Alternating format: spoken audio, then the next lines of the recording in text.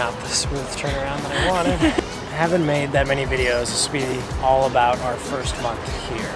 We've just been really stressed out with trying to find jobs, housing, a bank, cell phones, food, ice cream. Everything's expensive here. We had to get tax file numbers, unique student identifiers.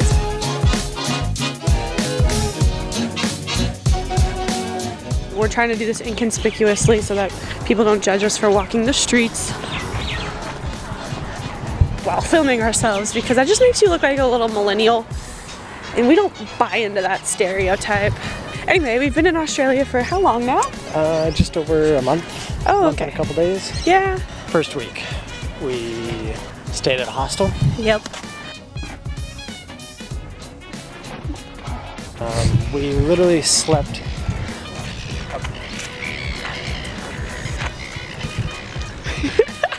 It's so pretty, sorry. Okay, hostels. Yeah, hostels. We literally slept above a bar. It was like a nightclub almost. Yeah, it was really loud.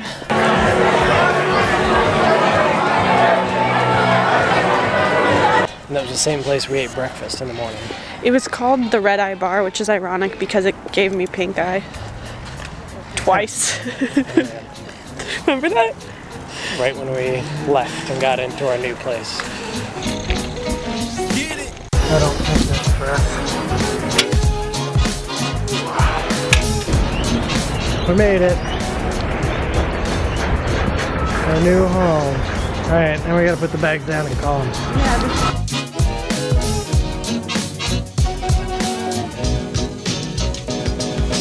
Once we moved into our new place, we had some time to explore around St. Kilda. Got to go into the Australian Ocean.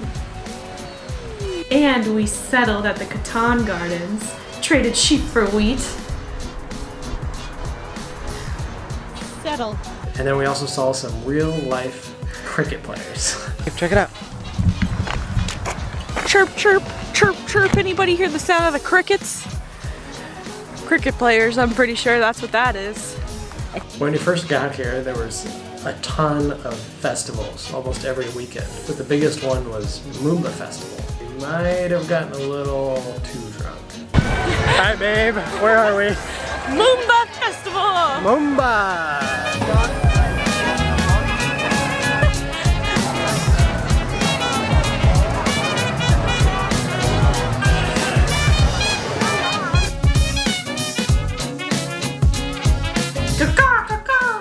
Birdman Rally. It's this thing they do where they jump into the river and they see how far they can go and they raise money for different charities. 5, 4, 3, 2, 1.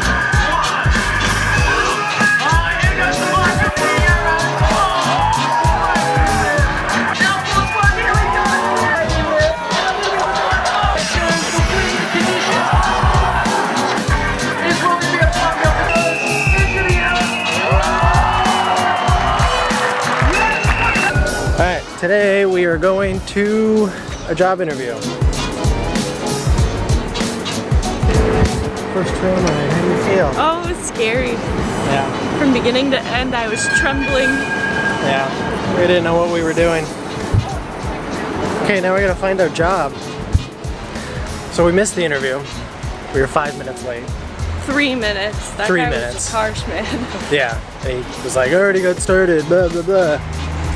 But now we have a full day in the city.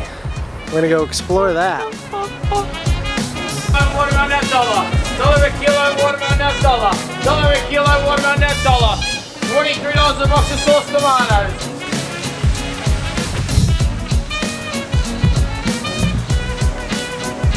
Well, now you've seen my house.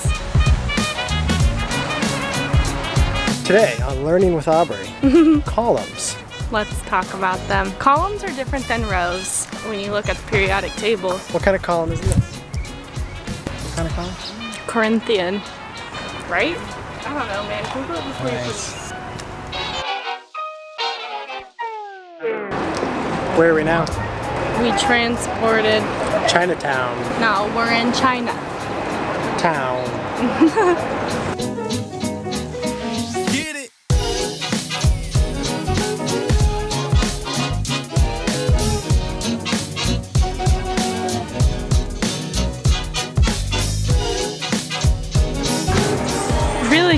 captures the postmodernist ideals of enlightenment and Renaissance.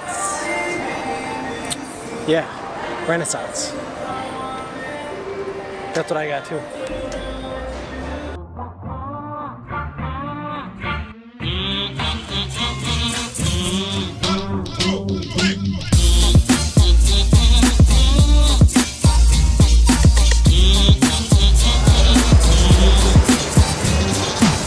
I'm like already almost moved to tears. This is beautiful.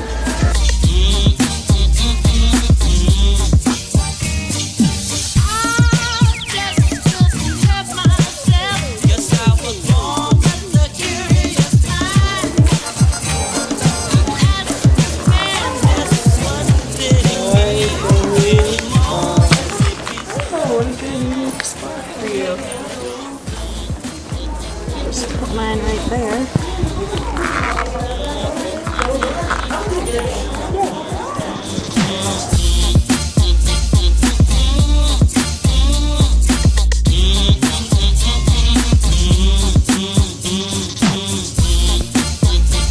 Alright, so the first job didn't pan out, but we needed cash, and so I decided to sell my body. To science, so it's okay. Yeah, science. I did a 5-day medical study where they injected me with something.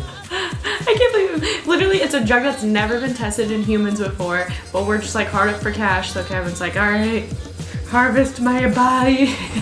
While I was in the joint, they were setting up for... The joint is the medical study, don't get that confused. We good.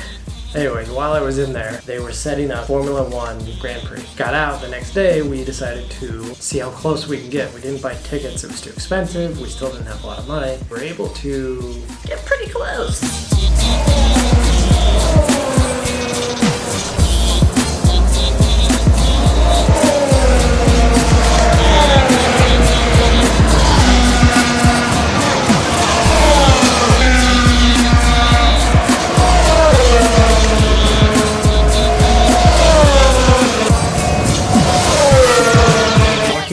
Around the outside, we passed one of the entrances. Some lady came up to us and just handed us free tickets.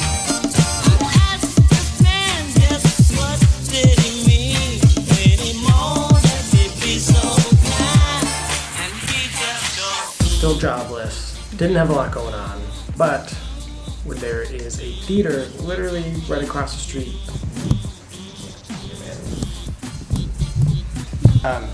Rag and Bone Man was coming there, and we listened to him a lot back home, so we decided why not walk across the street to go see him. And then we got to meet him afterwards too.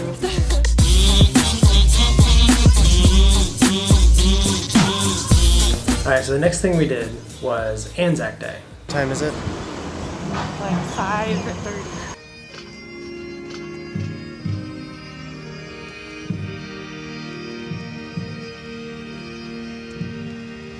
Alright, that was Anzac Day. Pretty moving, sad. We donated our gold coin that we got from some guy on the beach. This is the best story. Okay, so one day we were watching the sunset and this woman was standing on the beach and her husband comes up from behind her and just pushes her so that feels like she's gonna fall into the ocean. And he's just like laughing and he's like 70 years old. And then you're like, oh, I hope we're like you when we get old. Anyway, the guy was like chit-chatting with us and asked where we were from and all this stuff, and then he was like, okay, well, if you're new to Australia, you have to do this. He gave us both a gold coin and then said, you have to go to Anzac Day, wait in line, donate your gold coin and get some breakfast. So basically, it's the only Australian that we actually have met so far, and he was really nice and his wife was really nice, and they gave us this money and we're like, go donate it. So when we were like laying in bed at 5 in the morning thinking that we really didn't want to get up to go do this, his voice was just in my head. And he was like, get up, quit being lazy, go remember. Anzac means Australia and New Zealand Army Corps, which we learned at the Shrine of Remembrance, and even though we had to get up really early and it was hard for us to do that, it was a really special event. I'm glad that we did go. I like our house location because, first of all, being right across from the amusement park means that you fall asleep and wake up to children screaming. and also we're really close to like the strip of bars, so you will always hear people, like drunk people fighting and stuff too. So it's very lively. Oh, there's a stray cat. We have an alley cat that's stray, and one night I slept with the window open and she jumped in through the window and landed on my face and scurried away, and I tried to wake Kevin up to tell him that we had to get this cat out of the room, and he ignored me because he thought that I was sleep talking and sleepwalking, which, to be fair, would be the situation 99% of the time. Yeah, she sleep talks to me all the time. Yeah. And most of the time she's really rude. So I thought she was just being rude and trying to wake me up. And I was like, there is no cat. Just go to sleep. And then I had to straight up get up, pull this feline, and put it on him and be like, this is real. There's a cat in that room. Yeah, that was funny. Alright guys, thanks for watching, tuning in. Keep it real, keep it 100. Hit that like, hit that subscribe. This week's viewer of the week is my brother Blake. Once we start getting other viewers, we'll shout them out maybe. Thanks for watching, Blake. Don't forget to resist the patriarchy, if there even is one. Okay, I'm gonna turn this off now.